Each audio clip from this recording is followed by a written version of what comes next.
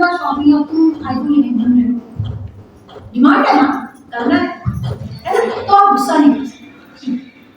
तो जब भी आप बच्चों के पास किसी विषय को लेकर जाए तो बड़े प्रेम के साथ, क्योंकि ये बदलता हुआ बच्चा है, ये हमारे और आपके दौर का बच्चा नहीं है कि माँ ने 2 थप्पड़ भी लगा दो चुप हो गए और सहेली आप चुप हो गए, ठीक है माँ आगे से नहीं करेंगे। आजकल के बच्चे कहते हैं डांटा ना दोबारा है। तो प्रेम से बच्चे को ट्रूथ टच कर कि भाई बेटा क्या चल रहा है, आपका काम कर रहे हैं नहीं कर रहे हैं, आपके फ्रेंड्स कैसे हैं, अगर फ्रेंड्स ने काम नहीं किया तो उसको भी हेल्प करो। देखिए अगर आपके संस्कार अच्छे हैं ना तो आपके बच्चे को कोई नहीं बिगाड़ सकता। आप दूसरे के बच्चे को ब्लेम करना छोड़ दीजिए। मैं ये सभी माताओं से मेरी विनती है, कई बार ना हम लोग आवेश में आकर कह देते हैं तेरा दोस्त खराब नहीं है। यदि हमारे संस्कार अच्छे हैं ना तो उस गलत दोस्त को क्यों नहीं आप अच्छा कर पाए, है या नहीं? तो दूसरे के बच्चे को कभी आप दोषारोपित मत करिए, अपने बच्चे के साथ बड़े प्यार से, और अगर गलत रास्ते, देखो आज के समय की डिमांड में कई सारे ऐसे केस पढ़ रहे होते हैं, क्योंकि मैंने बोला हम बड़ी बेटियों के साथ काम कर रहे हैं, बड़े बच्चे लड़कों के साथ काम कर रहे हैं, नशा जिस प्रकार से समाज में फैल रहा है, लड़के छोड़िए लड़कियां भी अछूती नहीं है। लड़कियां आजकल ऐसे सिगरेट पे धुआं उड़ाना बड़ा गर्व का विषय महसूस कर रही है। तो बचाना है अपने बच्चे को, गुस्से से आप कुछ हासिल नहीं कर पाए, तो कैसे? प्रेम से, मित्रवत व्यवहार से, प्यार से बिल्कुल।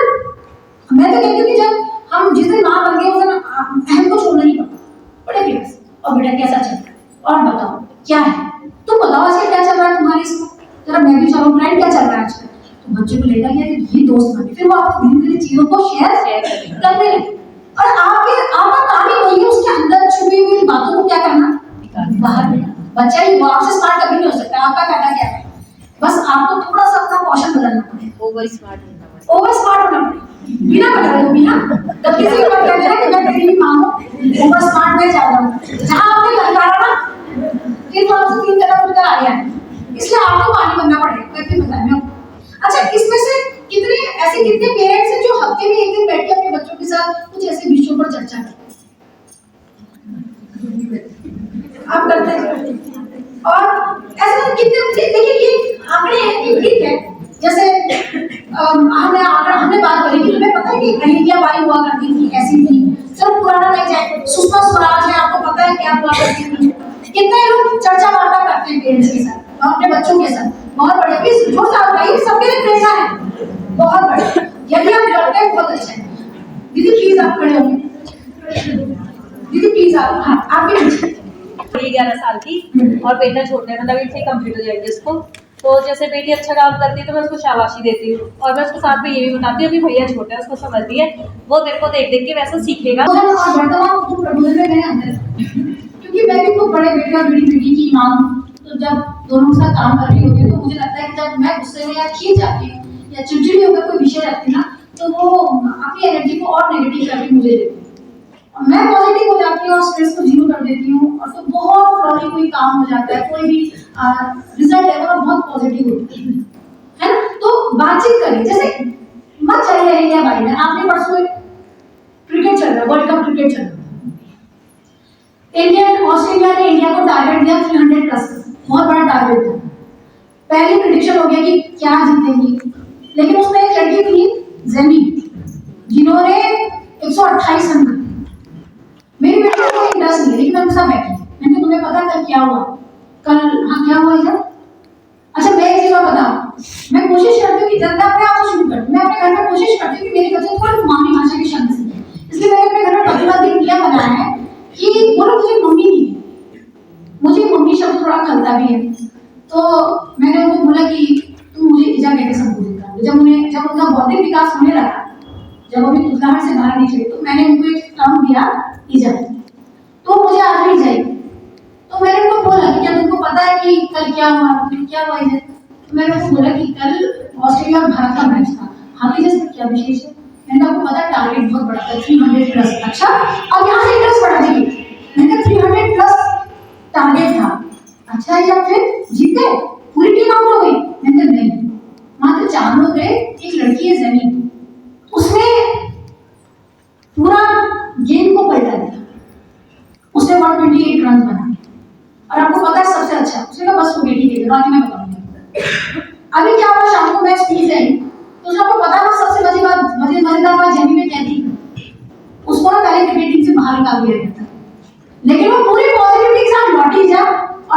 दिन गेम था ना, उस दिन उसके पैर में जो है मोच आई, लेकिन उसने अपनी उस परेशानी को, अपनी उस जो उसका ड्रॉप आया था उसको पीछे करते हुए, उस तकलीफ को पीछे करते हुए उसने खेला।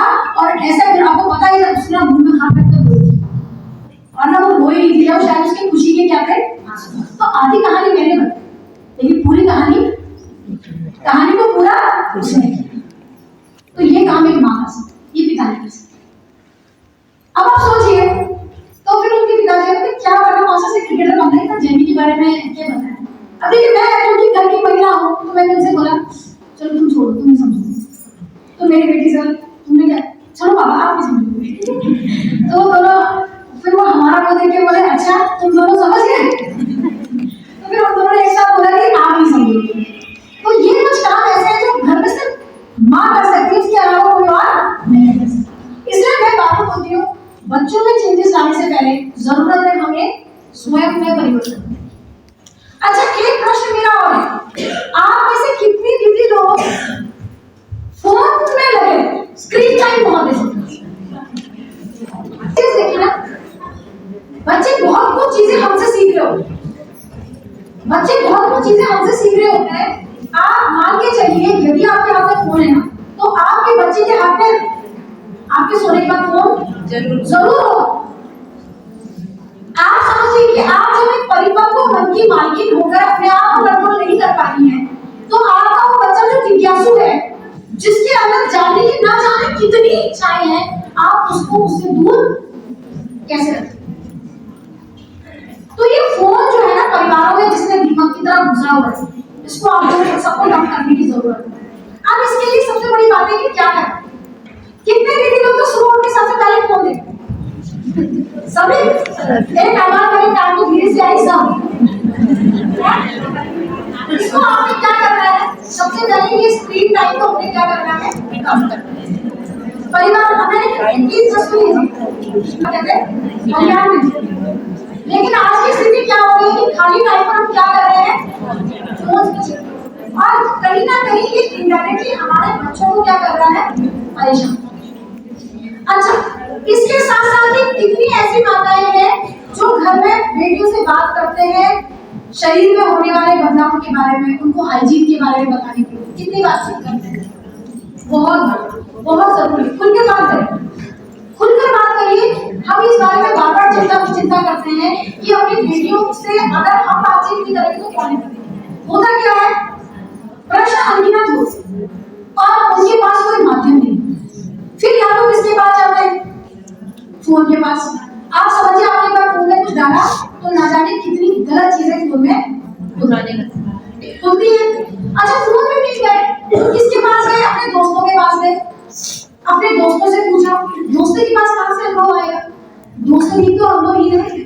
तो फिर क्या होता है, दोनों मिलकर कुछ गलत कहानी और खिचड़ी बनाते। इसलिए चूंकि हम माँ हैं, हमारे ही शरीर से उस बीज का अंकुरण हुआ है, तो ये हमारी जिम्मेदारी बनती है कि हम अपने बच्चे के साथ खुलकर बातचीत करें कि तुम्हारे शरीर में जो बदलाव आ रहे हैं इसका क्या अर्थ है, ये अच्छे के लिए। कई बार मैं देखती हूँ बेटियां कंधे झुकाने जाती, तो होता क्या है कि जब वो अच्छी खासी उम्र पहुंचती है तो कंधे में अच्छा खासा हम पा जाते हैं, मतलब क्या बोलेंगे, कुबड़ा पास, शोल्डर्स पे।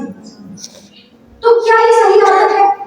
होता क्या है कि चूंकि ब्रेस्ट का विकास हो रहा होता है और बेटियां शर्मानी होती हैं, और हम भी कहते हैं थोड़ा तरीके से चल, झुक कर चल, तो उसमें क्या होता है, वो ऐसा झुकाता है कि शारीरिक विकास को अवरुद्ध करता है। तो शर्माने वाले जो विषय उनमें शर्माना हम सिखाएं, जो विषय, जिन विषयों पर हमें बताने की बेटे जब आपका ये विकास हो रहा है तो ये आपकी खूबसूरती के लिए, इससे किसी शिशु का पोषण होना है भविष्य में। तो इसलिए आपके कंधों में स्पॉन्डिलाइटिस की प्रॉब्लम आगे जाके ना हो, तो आपका ये हिस्सा क्या होना चाहिए, खुला होना चाहिए। ये आपके भीतर आत्मविश्वास को जगाए। ये कार्य कौन करेगी, इसके साथ साथ ही परिवार में ईश्वर के प्रति प्रार्थना के लिए प्रेरित करना कौन करेगी, अपने दिन भर में 24 घंटों में से कुछ 10-15 मिनट आप अपने बच्चे को दीजिए कि भाई आपने क्या करना है, प्रार्थना करनी। सोते समय आप ही हैं जो ये चिंतन करवाएंगी कि बेटा आपने आज दिन भर में क्या काम किया है, उस काम को याद करो, कौन से अच्छे काम थे जिनको लेके कल जाना है, और ऐसी कौन सी चीजें जिन्हें आपने छोड़ना है।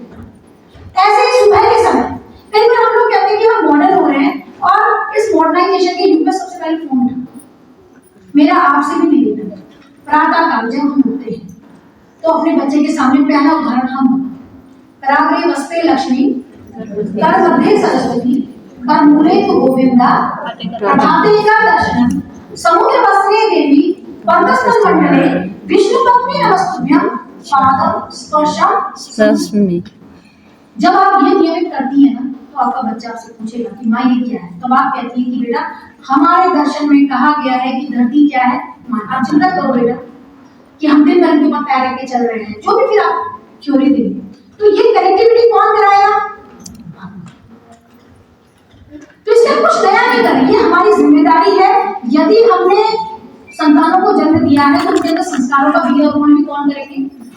वर्तमान समय में कुटुंब प्रबोधन क्यों जरूरी है और इसी कितने लोग बैठे आपसे बातचीत कर, बहुत बढ़िया ये बहुत जरूरी है कि परिवार में बातचीत करें कि बेटा जैसे मान लीजिए अभी फेस्टिवल दिवाली आ रही तो हमें क्या करना है। अच्छा घर में रंग चेंज करना है, तुम बताओ तो घर में कौन सा कलर करेंगे जिससे ब्राइटनेस आएगी, जो भी तुम कितने लोग हम ऐसा करते हैं।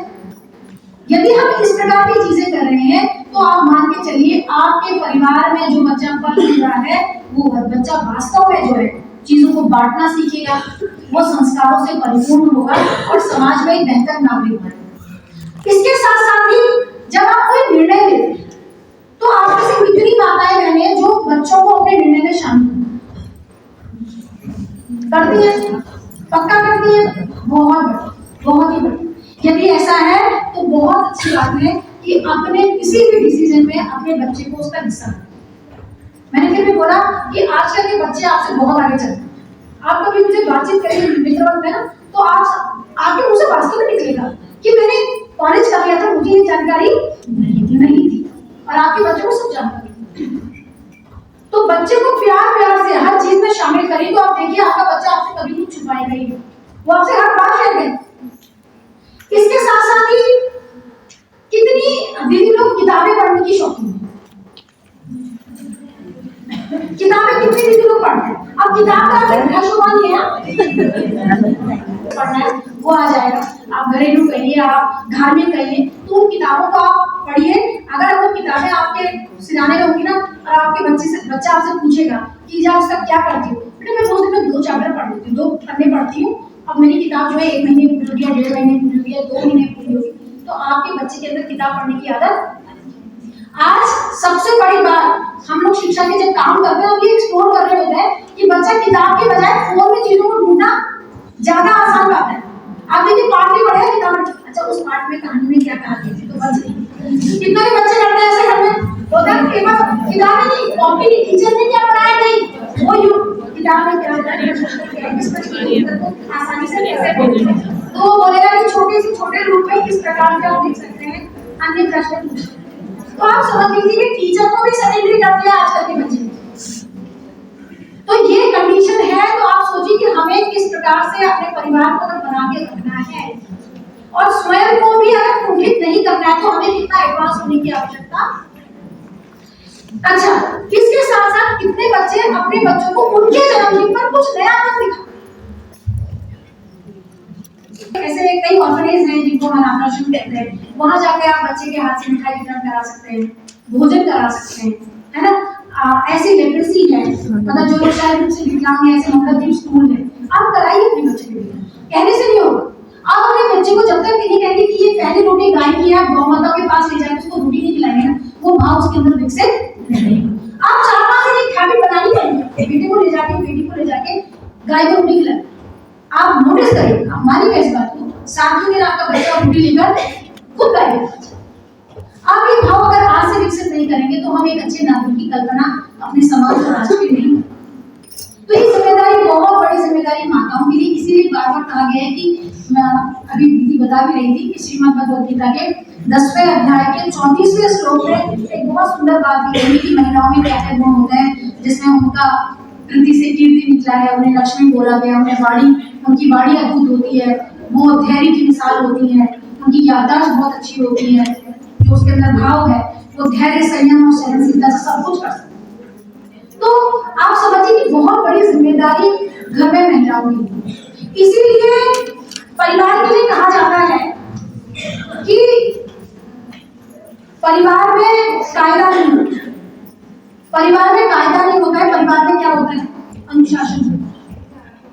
इसीलिए साथ ही साथ कहा गया है परिवार में कानून भी नहीं होता है, परिवार में क्या होता है, अनुशासन होता है। साथ ही साथ परिवार में शोषण नहीं होता है, परिवार में पोषण होता है। परिवार में आदर नहीं होता है, परिवार में आदर होता है। और बेटियों के लिए हम सब माताओं की जिम्मेदारी और बढ़ जाती है, क्या बेटियां क्या बेटे, लेकिन बेटियों के लिए जिम्मेदारी बहुत ज्यादा बन जाती है। चूंकि हम खुद भी मातृशक्ति हैं, बेटियों की माएँ हैं, तो कहीं ना कहीं मुझे ऐसा लगता है कि जब ईश्वर ने इतनी बड़ी जिम्मेदारी हमारे हाथों में दी है, तो पहला जिम्मेदार किसने बनना चाहिए, हमें बनना चाहिए। अगर हम बेटी से कह रहे फोन नहीं चलाना, तो पहले किसने नहीं चलाना है, हमें नहीं चलाना। अगर हम कहते किताब पढ़ो, तो एक किताब की आदत किसकी होनी चाहिए, हमारी भी होनी चाहिए। इनकी कोई भाषा नहीं है, ये भाव है, ये होना चाहिए। और देखिए परिवर्तन ऐसे है। और मैं बार बार एक लाइन मुझे बड़ी अच्छी लगती है, लाइन कैसे सुनिए कि कहते हैं कि हर पुरुष के सौभाग्य होते हैं, कहते हैं कि हर पुरुष के सौभाग्य होते हैं। जब उनका एक भाग्य अच्छा होता है तो उनके यहाँ बेटा होता है, जब उनका एक भाग्य अच्छा होता है तो उनके यहाँ बेटा होता है, और जब उनके सौभाग्य अच्छे होते हैं तो उनके यहाँ भाग्य से होते हैं, लेकिन बेटियां सौभाग्य से होती हैं। पराई होकर भी पराई नहीं होती है, और हंसकर कभी भी माता पिता से बेटियों की विदाई नहीं होती। तो आप समझ लीजिए कितनी बड़ी जिम्मेदारी हमारे ऊपर हमारी प्रकृति ने, सृष्टि ने, देवताओं ने डाली है। और परिवार अच्छा हो, इसके लिए हमारा अच्छा होना बहुत जरूरी है। आशा है आप लोगों को कुछ चीजें आप तक पहुंची होंगी, और कोई भी चीज, हर कार्यक्रम के दो भाग होते हैं, कुछ अच्छे कुछ बुरे। जो अच्छे हैं आप लेके जाएंगे और जो बुरे हैं वो आप छोड़ के जाएंगे, ऐसी मैं आशा करती हूँ।